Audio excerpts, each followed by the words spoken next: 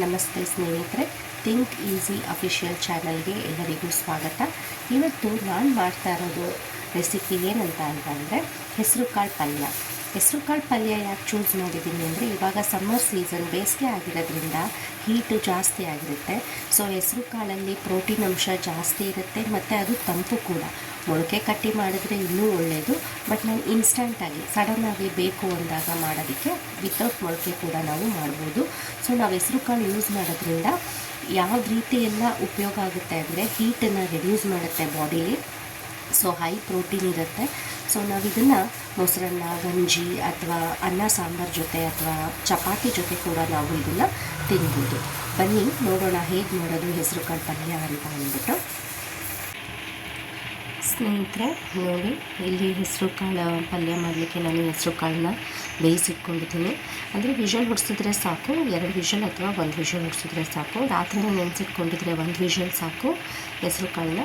But ನೆನೆಸ್ಕೊಂಡಿಲ್ಲ ಆವಾಗಲೇ ತಕ್ಷಣ ಮಾಡ್ತೀರಾ ಅಂತಂದರೆ 2 ವಿಷಲ್ ಹೊಡಿಸ್ಬೇಕು. ಸೊ ಆವಾಗ ಈ ಥರ ಸ್ವಲ್ಪ ಸ್ಮ್ಯಾಶ್ ಆದಂಗೆ ಆಗುತ್ತೆ. ಇಲ್ಲಾಂತಂದರೆ 1 ವಿಷಲ್ಗೆ ನೀವು ಸ್ಟಾಪ್ ಮಾಡಿಬಿಡ್ಬೋದು. ಆಮೇಲೆ ಒಗ್ಗರಣೆ ಹಾಕೋಕ್ಕೆ ನಾನಿಲ್ಲಿ ಈರುಳ್ಳಿ, ಕರಿಬೇವು, ಹಸಿಮೆಣ್ಸಿನ್ಕಾಯಿನ ಹಚ್ಚಿಟ್ಕೊಂಡಿದ್ದೀನಿ.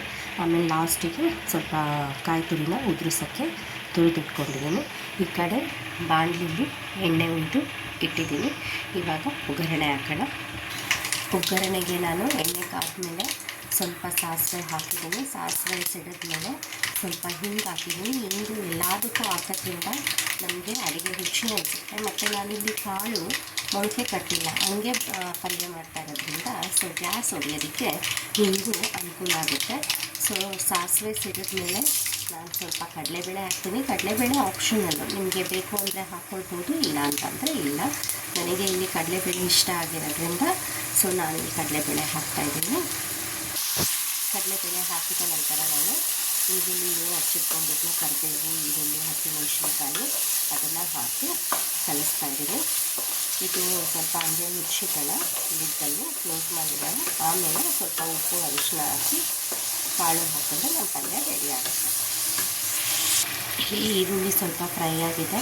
ಸೊ ನಾನು ಅದಕ್ಕೆ ಉಪ್ಪು ಮತ್ತು ಅರಿಶಿನ ಹಾಕ್ಕೊಂಡಿದ್ದೀನಿ. ಇಲ್ಲಿ ಉಪ್ಪು ನೋಡ್ಬಿಟ್ಟು ಹಾಕ್ಕೊಳ್ಬೇಕು, ಯಾಕಂತಂದರೆ ಆಲ್ರೆಡಿ ಕಾಳಲ್ಲಿ ನಾವು ಉಪ್ಪಿನ ಅಂಶ ಹಾಕ್ಕೊಂಡಿರ್ತೀವಲ್ವ. ಸೊ ಎಷ್ಟು ಬೇಕೋ ಅಷ್ಟು ಈರುಳ್ಳಿ ಬೇಯೋಕ್ಕೆ ಮಾತ್ರ ಉಪ್ಪು ಹಾಕಿದ್ರೆ ಸಾಕು.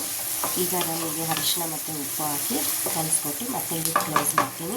ಇನ್ನೊಂದು ಚೂರು ಆನಿಯನ್ ಫ್ರೈ ಆದಮೇಲೆ ಕಾಳನ್ನ ಹಾಕ್ತೀನಿ. ಇಲ್ಲಿ ಆನಿಯನ್ ಸ್ವಲ್ಪ ಫ್ರೈ ಆಗಿದೆ. ನಾನಿವಾಗ ಕಾಳು ಹಾಕ್ಕೊಳ್ತಾ ಇದ್ದೀನಿ.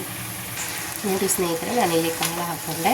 ಈಗ ಕಾಳು ಜೊತೆ ನಾನು ಕಾಯಿ ತುರಿ ಏನು ತುರಿದಿಟ್ಟಿದ್ನೋ ಅದು ಕೂಡ ಹಾಕ್ತೀನಿ. ಯಾಕಂತಂದರೆ ಅವಾಗ ಕಲಿಸೋದ್ರಿಂದ ಹೆಸರು ಕಾಳು ಹೊಡೆದೋಗ್ಬಿಟ್ಟಿರುತ್ತೆ. ಈಗ ಆಲ್ರೆಡಿ ಸ್ವಲ್ಪ ಸ್ಮ್ಯಾಶ್ ಆಗಿದೆ. ಸೊ ಒಂದೇ ಸತಿ ನಾನು ಕಲಿಸ್ತೀನಿ. ನೋಡಿ ಎಲ್ಲ ಹಾಕಿ ಕಲಿಸಿದ್ದೀನಿ. ಈಗ ಫೈನಲ್ ಆಗಿ ನಮ್ಮ ಹೆಸರುಕಾಳು ಪಲ್ಯ ರೆಡಿ ಆಗಿದೆ ತಿನ್ನೋದಕ್ಕೆ. ಇದನ್ನು ನಾವು ಮೊಸರು ಅನ್ನ ಜೊತೆನಾದರೂ ತಿನ್ಬೋದು, ಅಥವಾ ಗಂಜಿ ಏನಾದರೂ ಮಾಡ್ಕೊಂಡಿದ್ರೆ ಅದ್ರ ಜೊತೆನಾದರೂ ತಿನ್ಬೋದು, ಅಥವಾ ಅನ್ನ ಸಾಂಬಾರು ಜೊತೆಗಾದರೂ ತಿನ್ಬೋದು. ಈ ಹೆಸರುಕಾಳು ಪಲ್ಯ ನಿಮಗೆ ಇಷ್ಟ ಆಗಿರಲಿ, ಪ್ಲೀಸ್ ನಮ್ಮ ಚಾನಲನ್ನು ಲೈಕ್ ಮಾಡಿ, ಸಬ್ಸ್ಕ್ರೈಬ್ ಮಾಡಿ, ಶೇರ್ ಮಾಡಿ ಮತ್ತು ಕಮೆಂಟ್ ಮಾಡೋದು ಮರಿಬೇಡಿ.